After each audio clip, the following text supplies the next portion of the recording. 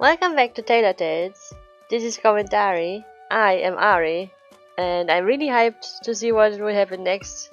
I mean, we already know from the last episode what should happen. Like, Gray will come back and, of course, move out. Like, who believes that? But whatever.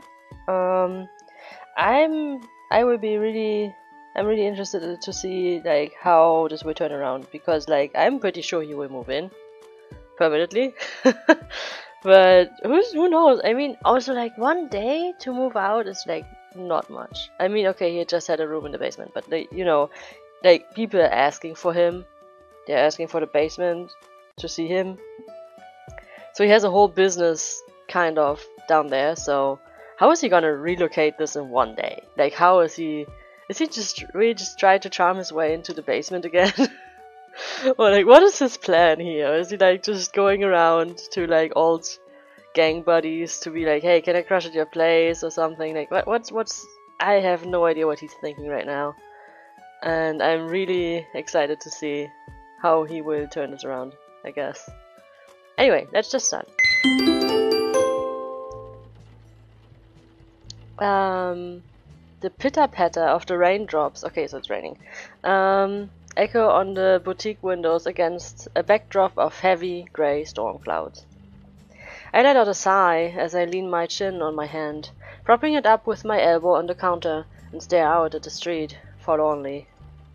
It's my first day of business, and instead of clear skies and sun, the weather outside is awful, dashing every hope of the grand opening I had in mind. With a pout, I glance down at the empty planner, which sits open on the counter waiting to be filled with appointments, and I let out another defeated breath. Might as well find something to do instead of just moping around. I head over and adjust the outfits on the mannequins, ensuring their style to perfection, which of course they already are. I did this like 3 times before. I've already dusted the shelves, wiped down the counters, and organized my sewing box. Today is really not turning out how I had hoped. I'm just about to wipe down the already pristine mirrors when a saving grace, in the form of the bell above the door, rings out throughout the shop. But this is not a customer, I can assure you. Immediately I spin towards it, arms tucked in my sides as my gaze snaps to the man who's just entered the store. Raindrops dripping through his blonde hair and onto his shoulders. Good afternoon. My voice is bright, a stark contrast to the miserable weather outside, and my heart hums happily at the prospect of a new customer. Hello again. Wow, he's dripping wet. Oh my god, he just went through rain like without anything. His deep voice holds an unmistakable tinge of amusement, and it's only when he faces me head-on that I recognize him. My shoulders slump in disappointment. Oh, it's you. I forgot he was coming in over today. He seems to be quite drenched from the rain. He raises an eyebrow at my despondent greeting, and I give him an apologetic look. I didn't mean for it to come out the way it did, but I really had been looking forward to a new customer. You agreed to let me come by and pick up my things, remember? He says as he cocks his head, fixing me with a pointed look. I feel a little bit silly for forgetting, but shake it off with a wave of my hand. Of course, let's go to the back. Hang on, wait a second. He hurries to stop me, stepping right up to the front of the counter just as I circle it. I wanted to talk to you before all that. Talk to me about what? A smile slips onto his lips. I get the feeling in the pit of my stomach that whatever it is, it can't be good. About renting the basement to me? I already said... I know you've already said no, and I respect that, but I'm asking you to maybe reconsider. Why do you want to use the basement so much? Can't you find somewhere else? He shrugs, that easy smile slipping back into place at once. I've grown fond of it. Oh wow, that's the greatest argument ever. Okay, what should I say?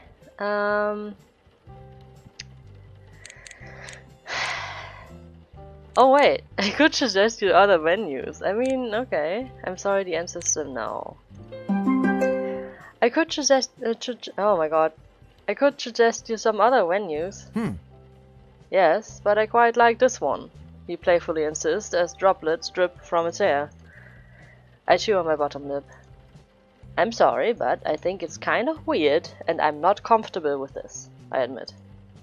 I just bought this place, and even though I don't really have any plans for the basement, I wouldn't really want to share it with anyone else. Alright, fair enough. The proposal is a bit preposterous. He eventually admits defeat, stepping back with his hands held in front of him. Guess I'll be grabbing all my things then and move out, he says with a grin. Why is he still happy about this? Or I guess it's just his character. My eyes are immediately drawn to the rainwater dripping from his clothes and the wet patch pooling at his feet. Yeah, that's what I was thinking. Like you have a grand opening and it's wet everywhere now. When he follows my gaze, he notices it too and swears softly under his breath. Shit, I'm sorry, It's okay, I say quickly, already moving towards the door to the back. Wait, I'll grab a towel for you to dry off with. Heading out to the back, I grab a couple of fluffy white towels before returning to the front of the shop, finding the man waiting idly for me. Here, this will help. Thanks. He takes the towel and I use the second towel to mop up the water from the floor. The towel certainly helps with the dripping, but it doesn't change the fact that he's soaked to the bone. And the last thing I need is for some random guy to catch his death in my store. Taking my bottom lip between my teeth, I think for a moment.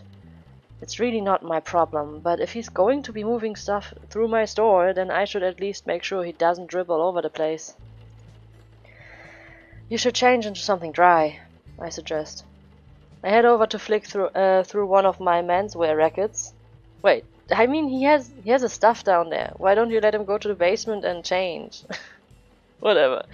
I go through my menswear racks I've set up, looking for something about his size. I find an outfit easy enough, a shirt and trouser combo, and hand it over to him, gesturing towards the changing room. Are you sure? He asks quickly, quirking an eyebrow at me. It's not a handout, if that's what you're thinking. I'm not about to give my stuff away for free, it's not a charity. Fair enough, of course, no problem. With a grateful smile, he takes the items towards the changing room. Again, like he lives down there, right? Whatever. It feels strange knowing the first person ever to use my brand new fitting room is a random stranger who had illegally been using the basement in my building. But hey, it's better than nothing. I think. I put the damn towels aside while I wait for him to change, making a mental note to toss them in the laundry after the store closes. Nice eye, he says when he eventually emerges, rolling up the sleeves of his shirt and straightening everything out. Yeah, he looks way better now.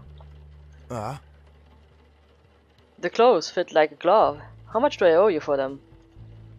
Well, we head over to the counter and I take his payment before putting his wet clothes in the bag for him to take home. I can't believe that he's my first customer for today. Wait, he had the money for it, okay, but why is he renting? Wait, why is he in the base? If he actually has money, why is he living in the basement of an abandoned building? Wait, I don't understand. Anyway, he's the first customer, and it's only because he got caught in the rain, so I basically forced these clothes up on him. The outfit looks great, by the way.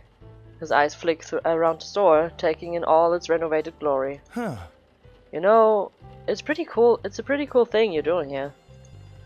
Thanks. Although, I gesture around the empty store. You've been my first customer today. A shame, I tell you. I quite like what you've done here. Thank you. I feel like we should cut the chase and let him get his things. There are a few empty boxes beside the back door. I can give you a hand if you like. Are you sure? I wouldn't want to pull you away from a line of customers waiting for you. I give him a dry look and he chuckles softly. I'd love your help, he answers quickly. I locked the boutique doors and the two of us head to the back, grabbing a couple of boxes each before heading down to the basement. Okay, now I really want to know how it looks. Okay, so it's just a basement with like a table, cards. Okay, he has a bar set up somehow. Okay, but where does he sleep actually? Well, whatever. He slips the key into the lock and pushes the door open, and for the first time I get a glimpse of what it's inside.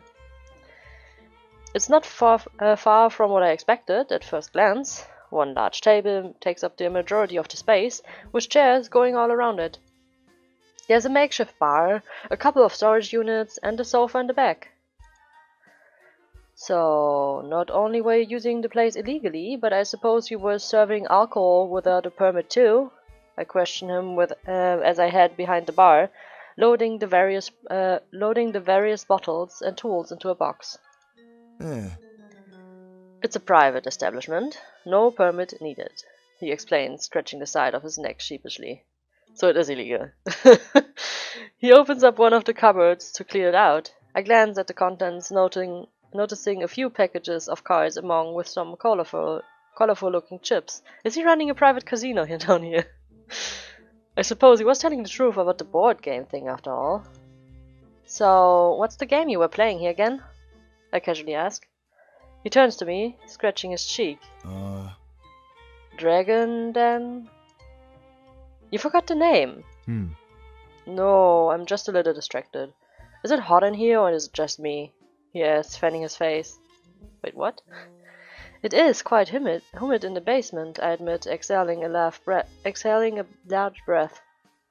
Usually, basements are cold, but here it feels like the air is stagnant and hot. He pulls at the collar of his new shirt, then packs up some of the items lying around in a box. I help with the packaging as well, and we each take a box up the stairs and into the boutique. We've only made it halfway through the store, however, when he stops suddenly and drops his box on the ground. God damn it, he swears softly. Wow, that wasn't softly, whatever. Pulls at his collar again with a grimace. Is he sick? I put down my box and circle him, my eyebrows dipping, as his fingers slip under the fabric and his nose crinkles unhappily. Is everything okay? Yeah, nothing to worry about. I am suspiciously, not quite believing that's true, but when he picks up the box again, I follow him out onto the street. Wait, the street where it's still raining. That's where you're gonna put the boxes that are probably made of, like, paper. Okay, and we load them into a truck, where he has parked in front of the boutique. We've just stepped back into the boutique when he stops again, this time tugging at the hem of his shirt. Seriously, is there something wrong? I ask him as exasperation, ignoring the dismissive hand he raises. It's fine. He scratches furiously around his collarbone. When the fabric shifts, I see red patches of irritated skin developing underneath. Oh my god, your skin! It's okay, nothing to worry about. He wheezes and tries to pass it off with a wave, but I can clearly see he's agitated. You didn't wash the shirt with a very fragrant detergent before displaying it, did you? I wash all the fabrics in a lavender detergent first, but Oh, it's getting worse. He unbuttons the... Wait, is he allergic to the detergent I used? Really? He unbuttons the front of his shirt and opens it, revealing red bumps all over his collarbone. I cursed him. Oh no. I'm allergic to most laundry detergents they give me. Why didn't you say so before? Like, shouldn't you know? Like, dude, you're an adult. His eyes widen when he faces the floor-length mirror, seeing the extent of the damage on his body. His nostrils flare in panic. Allergic? You should take it off! I say quickly, attempting to help and pull the shirt off his shoulders. Oh boy. Okay, yeah, that looks not good. With a groan, he shrugs it off completely, and I toss it onto the counter and out of the way, while he continues to stare at his reflection and scratch the irritated patches of skin. I hide a gasp behind my hand at the sight of the red, raised splotches all down the front of his chest and abdomen. Oh my, it's completely spread in just a matter of minutes.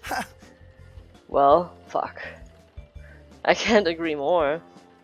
You probably shouldn't. I warn him, but he's completely zoned off. Wait. Wait! He unbuttons the top of his pants next. Right, I gave him pants and a shirt, right? Shutting me up completely. Wait, is he going to strip? Oh, of course he is. This is a medical emergency. Oh boy, after stepping out of his trousers, he stands before me in only his underwear. While his legs haven't been hit as hard as his upper body, there are a few red splotches here and there.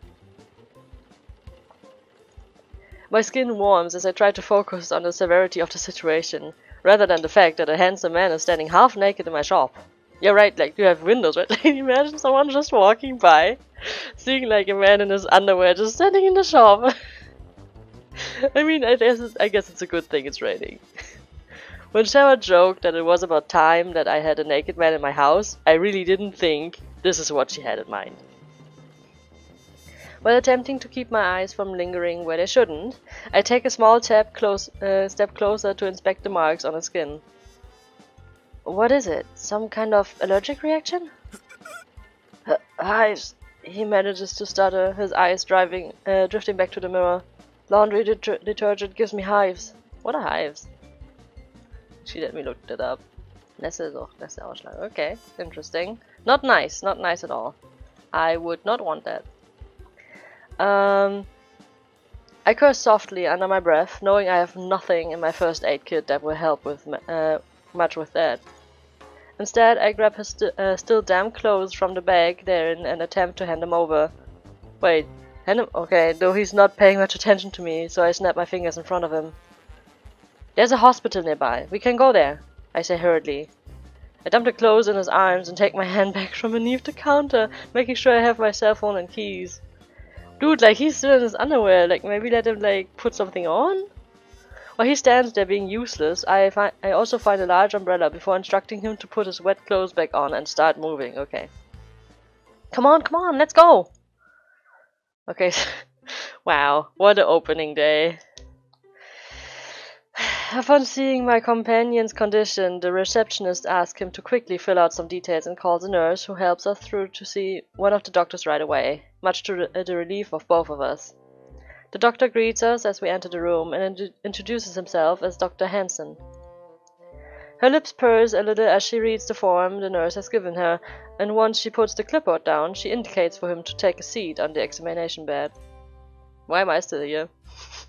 The plastic crinkles beneath him as he sits. I busy myself with sitting in one of the guest chairs and setting my handbag down beside me. I don't think they usually let people be in the same room if they're not, like, close relatives, right? In a hospital. That seems kind of unprofessional. But this happened in Caine's route too. Like, we had a complete stranger, basically, that, like, she just had this... Wait, I'm about to spoil stuff. Okay, never mind. But she had, like, an emergency that's, like, very personal. And they just let us in, and they explained everything to us and said it to us. Like, I don't think that's, like, okay with medical records, but whatever. Anyway, well, what do we have here? Mr. Greg Jensen, breaking out into hives. Doesn't seem like your lucky day today, the doctor says. I freeze, my blood running cold in my veins, chilling me down to the bone. What name did she just say? Remove your shirt, please, Mr. Jensen. I'll need to take a closer look at the severity of the situation. Dr. Jensen instructs. Hansen, sorry. Why do you do this? Hansen Jensen, come on. Pulling on a pair of plastic gloves. Also, like, wow, MC just realized that it's him. Okay. Pulling on a pair of plastic gloves while she waits for him to do as she asks. While she inspects the hives on his skin, I stay as still as a stone, a chill running down the back of my neck and all the way down to my spine. Gray. It's fun how I never thought to ask his name before, and now that I've heard it, the crushing realization dawns on me. But he's not... he couldn't be. Oh my god, like, dude, he looks... I understand that, like, it's been 10 years, so, like, he doesn't really look different to us, but, like, he probably does for MC, right? Like, 10 years is a long time, especially as a teenager to adult. But, if you hear the name, and the guy looks kinda like it, you kinda feel you remember? Because she definitely said that she did, like, that she's like, you kinda look familiar?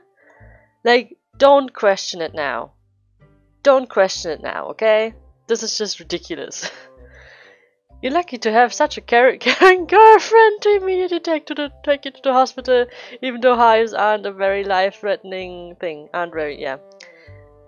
Her voice snaps me out of my thoughts and my stomach tightens at her implication.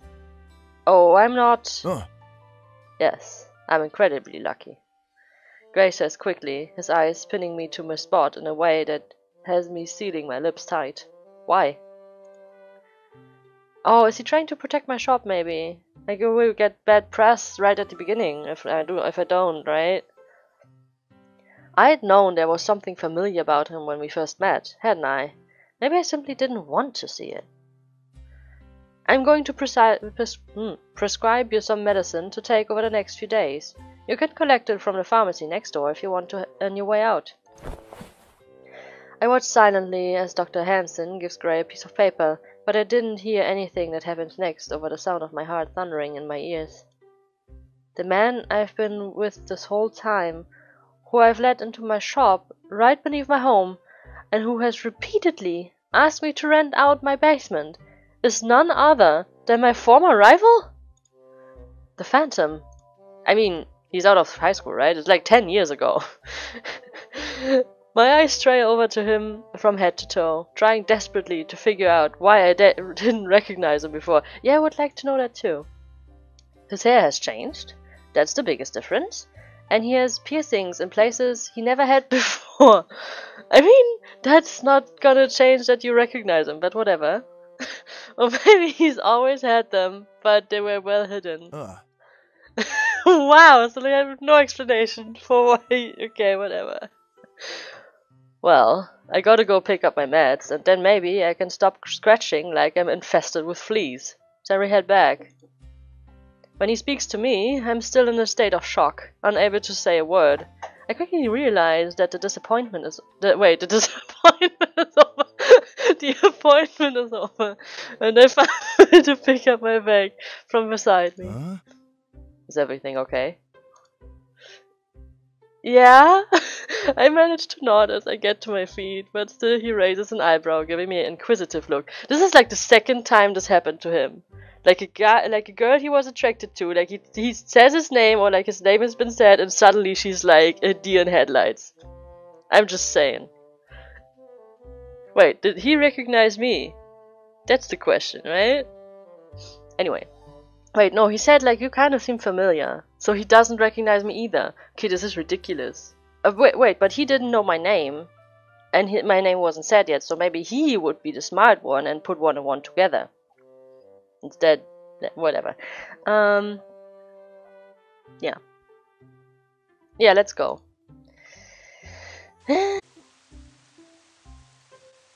Nobody knows. Like, that he doesn't know how they were washed and stuff. Hopefully, this will keep it from spreading, he mutters. I don't say anything, as I'm still reeling over the fact that I've met a guy that I got kicked out of school 10 years ago. I let him take the umbrella. Yeah, I owe him big time. I got him expelled from school. I nearly killed him with, like, an allergic attack. Like, if he asked me one more time to move in, like, and use the basement, I kind of owe it to him to say yes, actually. Anyway, I let him take the umbrella, shielding us from the rain, while we head back to the boutique. That's nice of him. We make small talk as we walk, commenting on the weather, the city, the doctor's office, but I can't stop mulling over everything in my head. Has he recognized me too? He hasn't said anything that would suggest he has, but I can't be sure that it's not an act. He is the Phantom after all.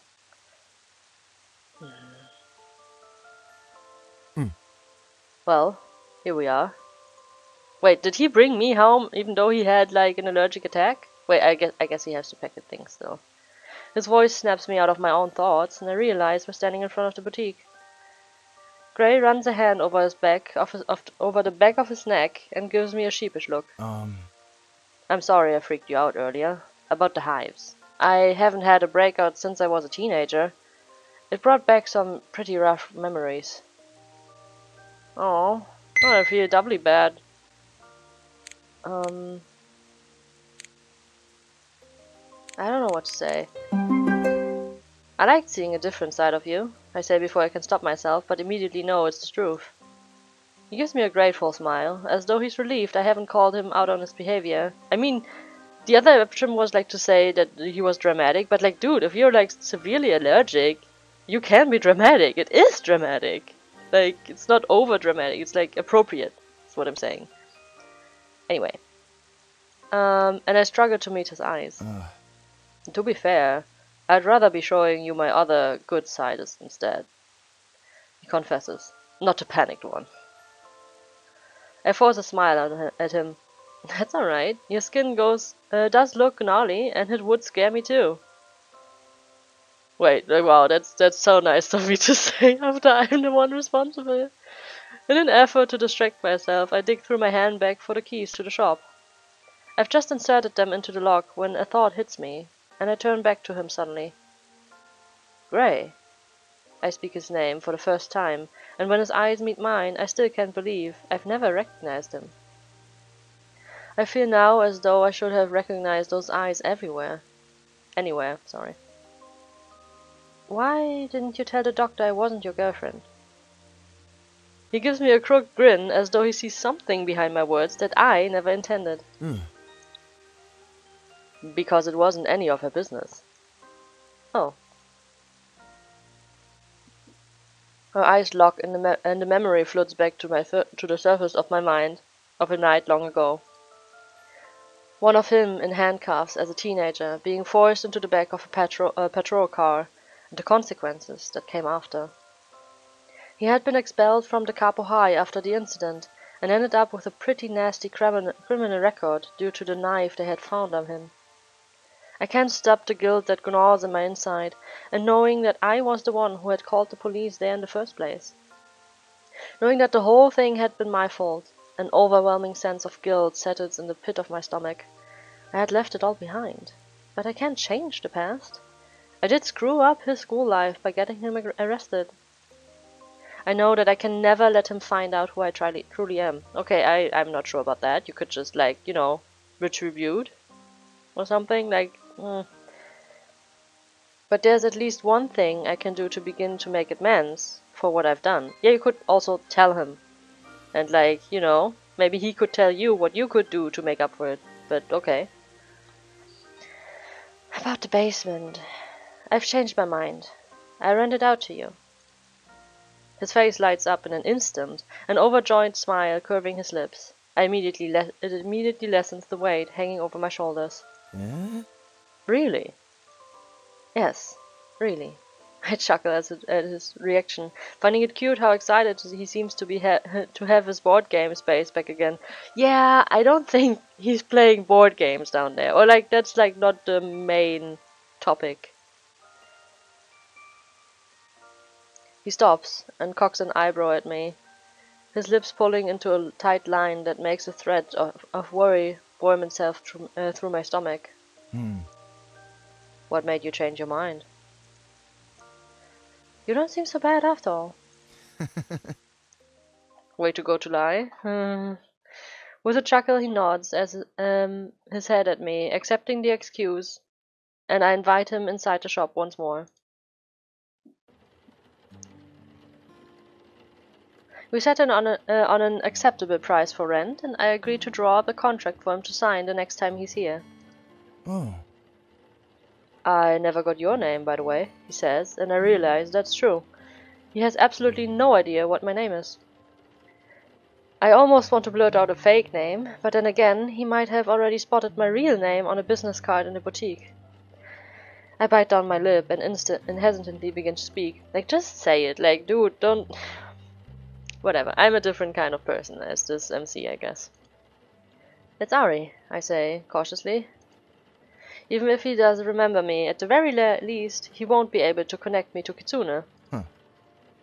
Thank you, Ary. You've almost made the hives worth it, he jokes, not showing any indication he recognizes the name. I almost breathe out a sigh of relief. I don't even want to imagine what he might do if he knew I was the one who ruined his life. It should be an easy enough secret to keep, seeing as how I broke off contact with anyone from the gang, except for Sarah. At least I can warn her to be careful what she says around him easily enough. Yeah, but like, did the hammer not show up already, like, in the store? Like, that was I'm so sure that this was the hammer. I know it's 10 years later and he actually changed his look. But like, yeah, this is going to be trouble, because he knows. And he has, like, no foot in, like, he has a foot in my door now. Anyway. I'll be seeing you then, Gray says with a Gray says as he twirls the keys I've returned to him around his fingers. One for the back door of the building and the other for the basement. Yeah, I'll see you soon, I say with a nod, watching him head for the door, giving me a last wave before he goes through with it and disappears from my sight. As soon as he's gone, I lurch for my phone and hit Sarah's number in my recent contacts. My hands shake as I hold the device to my ear and wait for her to answer. It doesn't take long before her familiar voice greets me through the phone. Hey, how did your first day go? Sarah, I shriek into the receiver, ignoring her unhappy groan at my outburst. You'll never believe it, but the guy who wanted to rent out my basement? Yeah, that's Gray Jensen. What? Her disbelief is clear from her tone alone, and I'm glad to find she's just as shocked as I am. How did we not recognize him? I don't know. He looks different. I couldn't believe it either. Sarah lets out a string of curses, and I take a deep breath, mentally preparing myself to tell her the other bit of news. News I'm sure she won't be happy to hear in the least. There's one other thing. What is it? I hesitate only a moment before speaking, letting the weight of my agreement finally sink in. I agreed to rent out my basement to him. And that's where the chapter closes. That's a good moment to cut off. But yeah, it was fun. I did not expect it to go like this at all, but yeah. Okay. We will find out how the moving in process will work out in the next episode. See you then. Bye!